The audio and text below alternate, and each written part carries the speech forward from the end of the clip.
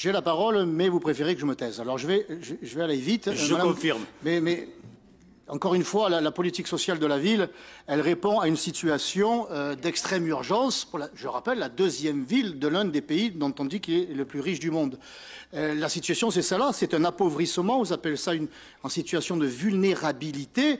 Malgré la baisse du chômage de 30% dans notre ville, vous voyez bien que l'emploi ne suffit pas à faire baisser la pauvreté, en raison des salaires, évidemment, qui ne suivent pas le coût de la vie, le coût des loyers qui a explosé dans notre ville.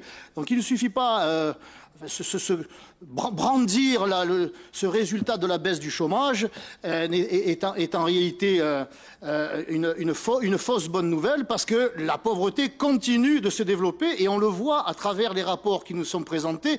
Il y a toujours plus de rapports de subventions pour venir en aide à nos compatriotes et pas seulement à nos compatriotes, parce que le problème, il est bien là, c'est qu'en plus de la pauvreté franco-française ou marseillaise, vous continuez à alimenter cette pauvreté en acceptant et en invitant même à une immigration légale comme illégale qu'il faut assister en tout. Je ne cesserai de le dire, qu'il faut assister en logement, qu'il faut assister en nourriture désormais, qu'il faut assister en soins.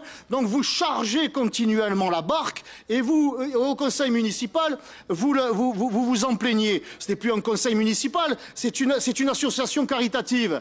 Nous ne cessons de faire des perfusions sociales, évidemment, pour venir en aide. Commençons par aider les nôtres d'abord. Cessons de faire venir la pauvreté de tout le bassin méditerranéen et nous pourrons que mieux nous emporter.